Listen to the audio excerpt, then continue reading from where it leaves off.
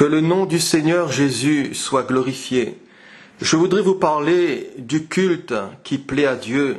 Et je lirai dans l'Épître aux Romains, chapitre 12, du verset 1 à 3.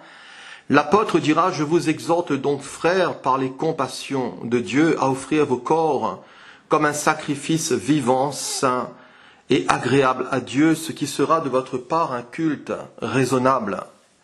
Ne vous conformez pas au siècle présent, mais soyez transformés par le renouvellement de l'intelligence, afin que vous discerniez quelle est la volonté de Dieu, ce qui est bon, agréable et parfait. Par la grâce qui m'a été donnée, je dis à chacun de vous de n'avoir pas de lui-même une trop haute opinion, mais de revêtir des sentiments modestes, selon la mesure de foi que Dieu a départie à chacun. Alléluia, le culte qui plaît à Dieu.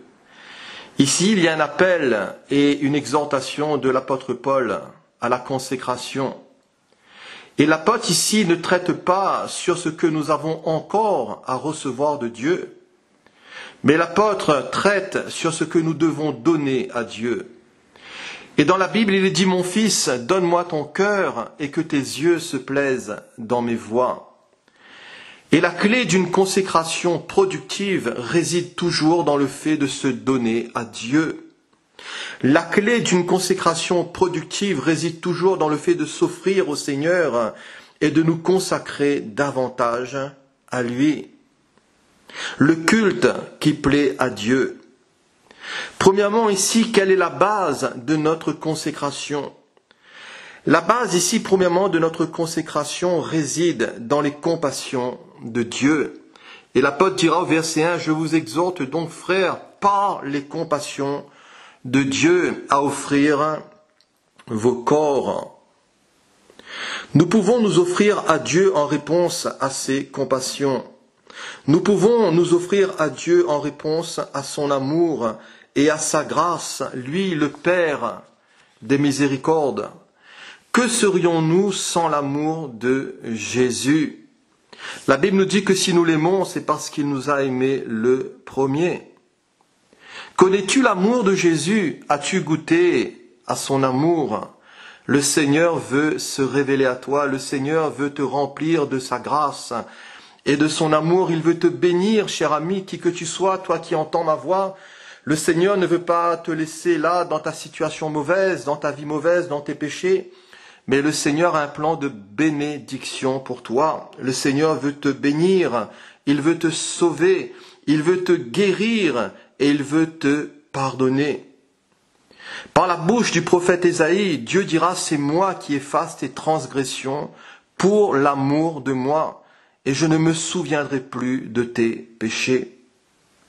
Le summum de la compassion de Dieu se voit au travers de la crucifixion du Fils de Dieu. Et la Bible nous dit que Dieu a tant aimé le monde qu'il nous a donné son Fils unique, afin que quiconque croit en lui ne périsse point, mais qu'il ait la vie éternelle. Reçois par la foi la vie de Jésus, reçois par la foi la vie éternelle qui est en Jésus. Le culte qui plaît à Dieu. Je vous exhorte donc, frères, l'apôtre Paul ici s'adresse aux chrétiens de Rome, mais par extension, il s'adresse aussi à tous les frères de Jésus et à toutes les sœurs de Jésus. Je vous exhorte donc, frères, par les compassions de Dieu, à offrir vos corps. La personne qui n'est pas régénérée ne peut pas s'offrir à Dieu. La personne qui n'est pas née de Dieu et qui n'a pas eu une vie nouvelle ne peut pas se donner et se consacrer au Seigneur, ni livrer ses membres à Dieu. Pourquoi ? Parce que l'homme naturel, n'ayant pas de relation salvatrice avec Dieu, ne peut se soumettre à Dieu. L'homme naturel ne peut concevoir les choses de l'Esprit de Dieu, parce qu'elles sont une folie pour lui. Seul le racheté de Dieu peut s'offrir à Dieu comme un sacrifice vivant, saint et agréable. Pourquoi ? Parce qu'il a été rendu vivant en Christ. Et notre consécration repose sur la rédemption. Et dans 1 Corinthiens 6, verset 19, l'apôtre dira, « Ne savez-vous pas que votre corps est le temple du Saint-Esprit qui est en vous et que vous avez reçu de Dieu et que vous ne vous appartenez point à vous-même, car vous avez été rachetés à un grand prix. Glorifiez donc Dieu dans votre corps et dans votre esprit qui appartient à Dieu. Notre consécration est fondée sur la rédemption, sur l'œuvre de la croix, sur le sang de Jésus. Et par Jésus, Dieu nous a sauvés à un grand prix. Le Seigneur a fait de tous ceux qui sont à lui le temple de son esprit. Le Seigneur a fait de nous son bien, sa propriété, sa possession. Et le croyant est devenu ainsi la propriété du Seigneur, les droits de Dieu sur nous. Et les droits de Dieu sur nous, c'est la volonté de Dieu en nous, le culte qui plaît à Dieu. La consécration.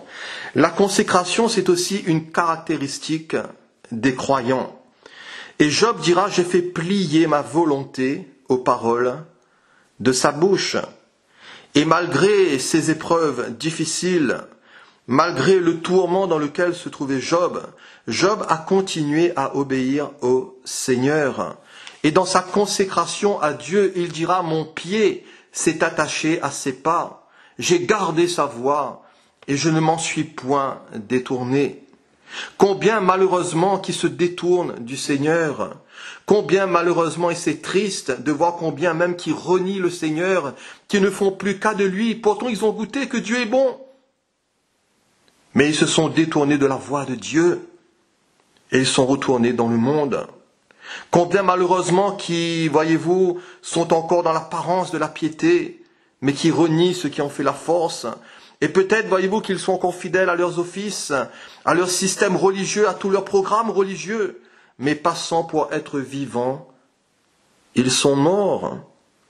C'est ce que Jésus dira à certains croyants de l'église de Sardes dans le livre de l'Apocalypse. Et le Seigneur dira, je sais que tu passes pour être vivant, mais tu es mort. Et dans beaucoup d'églises, il y a beaucoup de cadavres. Et le processus de mort spirituelle se déclenche quand nous tolérons un petit péché. Le processus de mort spirituelle se déclenche quand nous tolérons un deuxième péché, puis un troisième. Et de chrétiens, voyez-vous, il ne reste que le nom, que l'apparence, que l'étiquette. Mais Jésus dira cependant à Sardes, il y avait aussi quelques hommes qui n'avaient pas souillé leurs vêtements. Ils marcheront avec moi en vêtements blancs, parce qu'ils en sont dignes, et celui qui vaincra sera ainsi revêtu de vêtements blancs, le culte qui plaît à Dieu. Si premièrement ici la base de notre consécration réside dans les compassions de Dieu, deuxièmement, quelle est l'offrande de cette consécration? L'offrande de cette consécration, ce sont tout simplement nos corps. Je vous exhorte donc, frères, par les compassions de Dieu, à offrir vos corps comme un sacrifice vivant, saint et agréable à Dieu. S'offrir à Dieu. La consécration, c'est un acte volontaire. Dieu ne prend pas de force, Dieu n'est pas un voleur. Le Seigneur respecte nos choix, notre libre arbitre. Le Seigneur respecte notre volonté. À nous d'être sages, à nous d'être intelligents, à nous de choisir la bonne part, à nous de bâtir pour l'éternité et dans des valeurs sûres, dans un refuge sûr.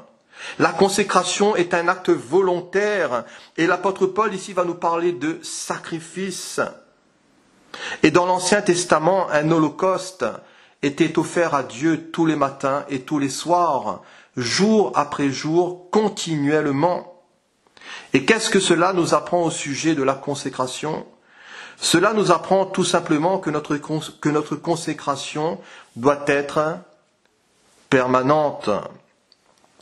Et notre consécration commence par l'offrande de notre vie, mais elle ne s'arrête pas là, jour après jour, nuit après nuit, mois après mois, année après année, nous devons nous consacrer à Dieu. Dieu veut que nous portions du fruit, mais Dieu veut que notre fruit demeure. À quoi cela peut-il servir de marcher 5 ans, 10 ans, 15 ans, 20 ans avec Jésus? Voyez-vous, d'avoir exercé des dons spirituels que le Seigneur nous a utilisés puissamment. Merci Seigneur.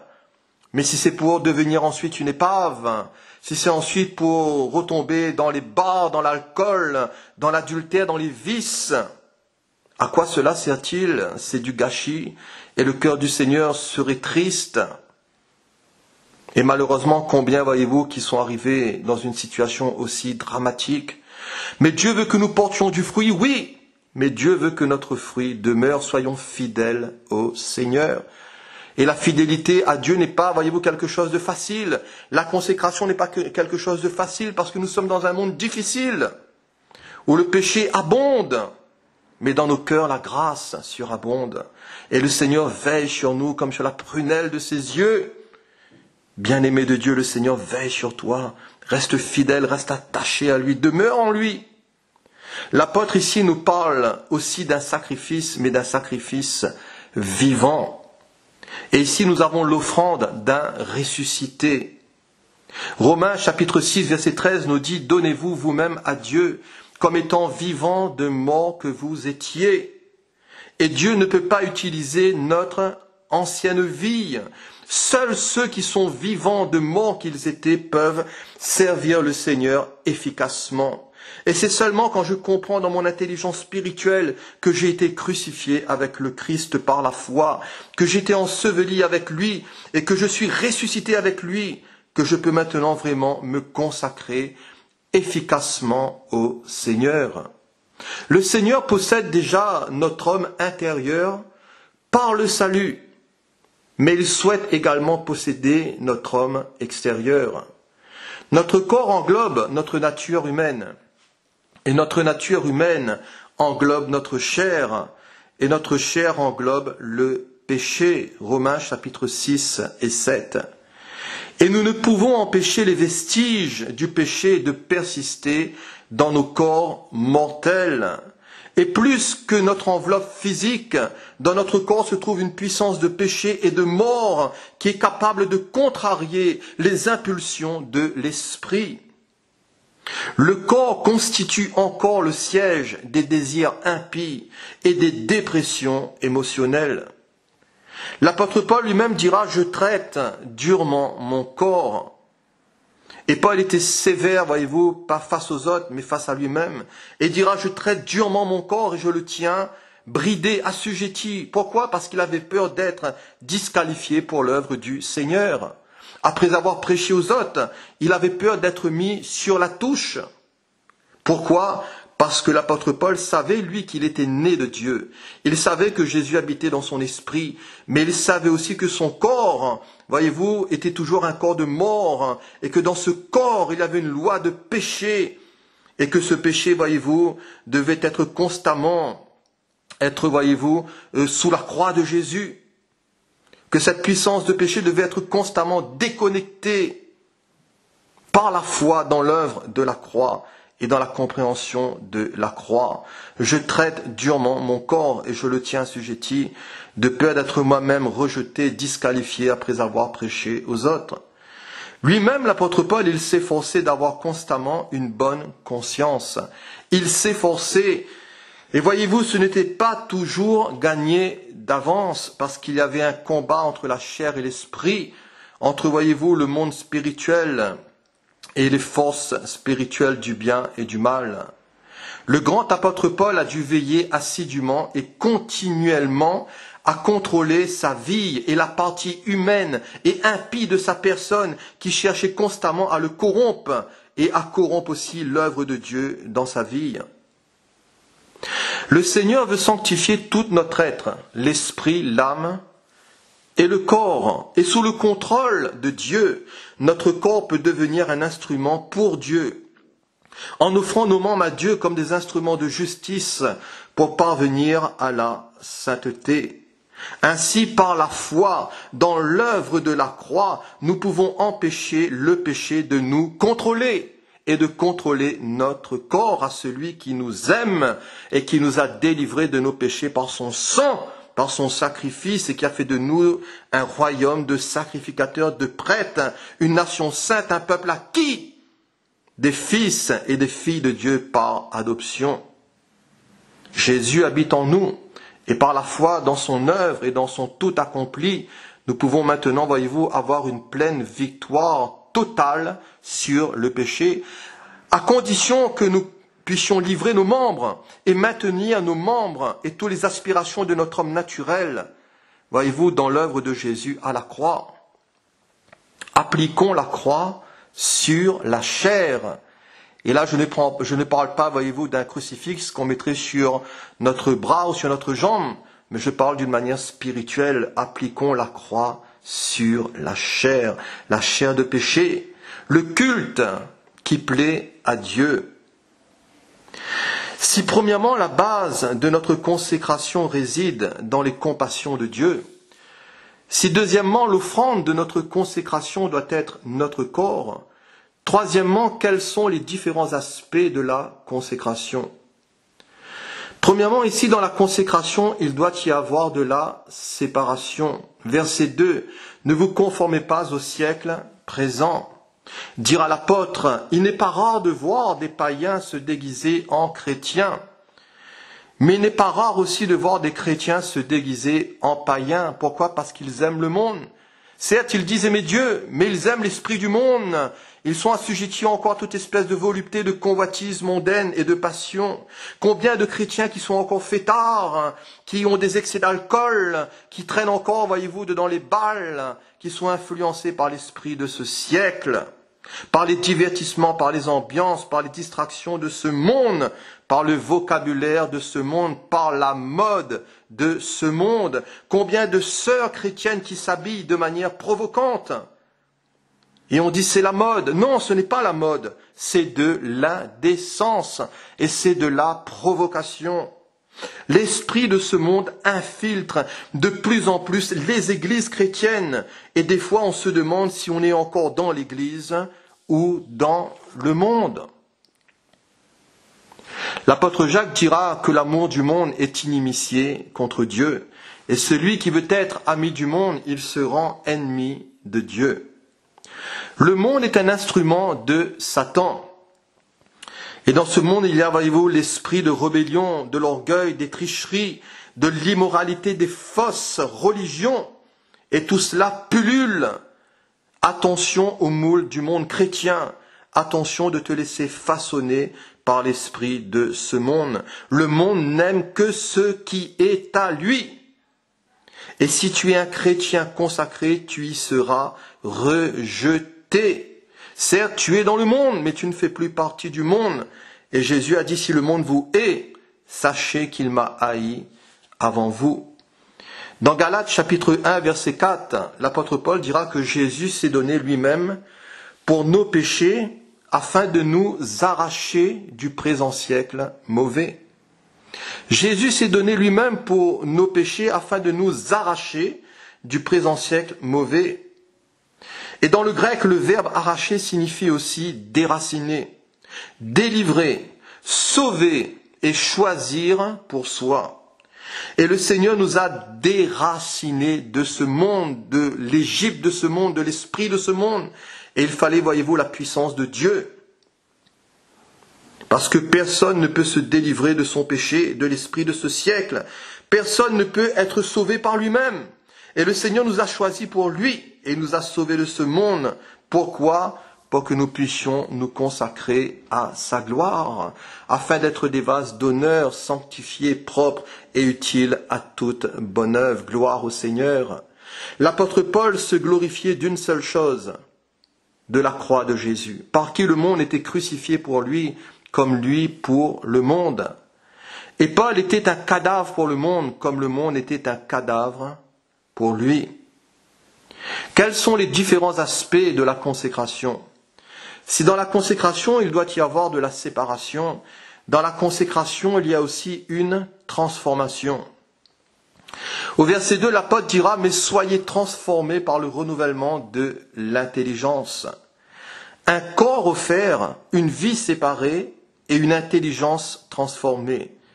Trois choses ici importantes pour le chrétien. La transformation extérieure s'effectue par un changement intérieur. Et le Saint-Esprit se sert de la parole pour renouveler notre intelligence.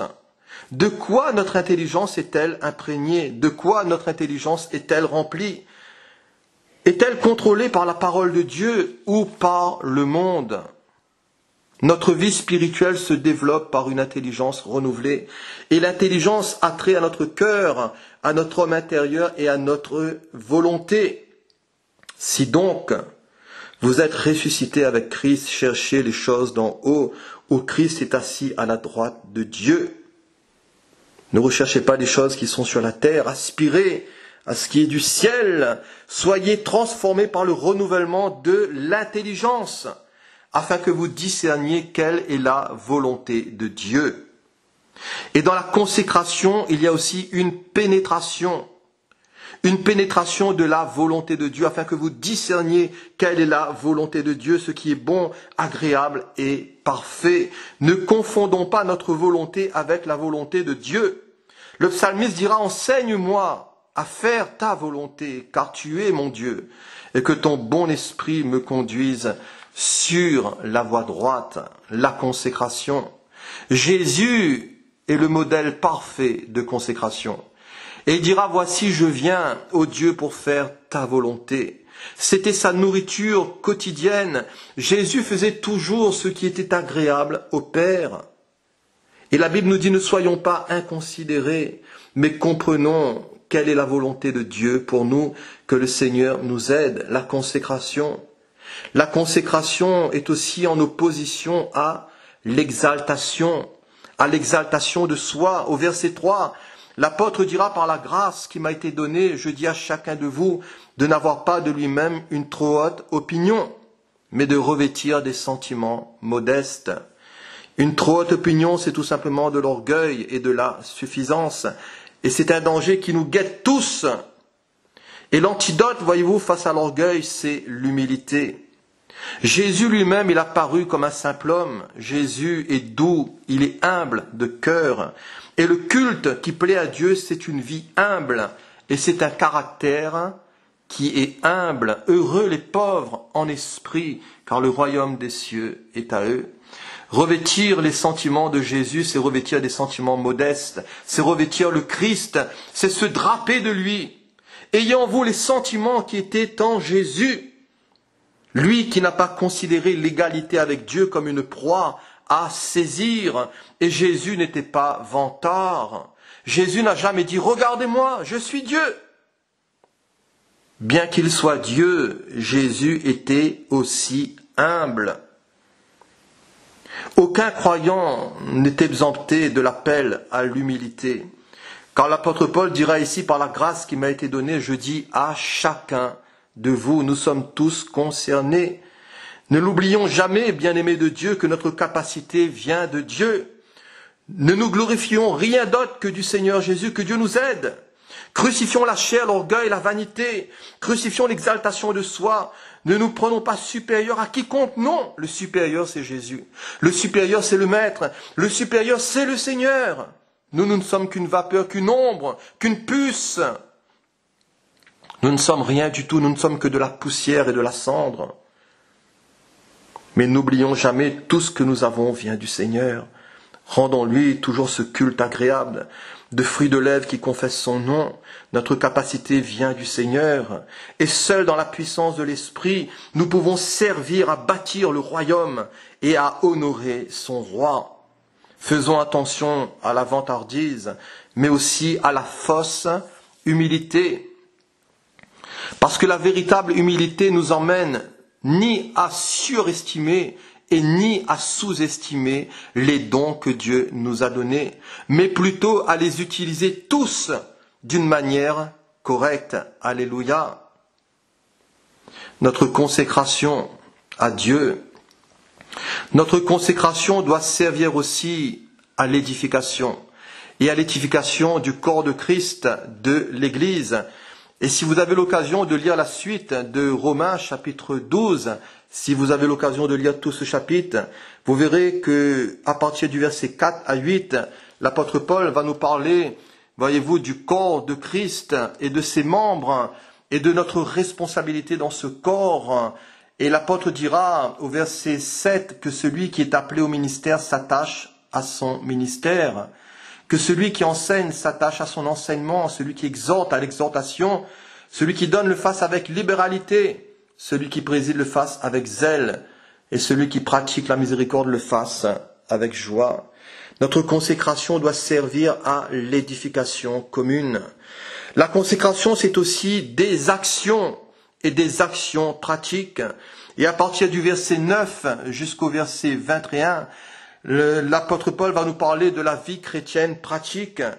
Et il va nous parler des actions de l'amour au verset 9, des actions d'un service fervent au verset 11, des actions d'une vie de prière persévérante au verset 12, des actions de l'hospitalité et de la générosité au verset 13, des actions encore de l'humilité au verset 16, des actions de bonté au verset 17, des actions paisibles au verset 18 et 19, et des actions de victoire au verset 21.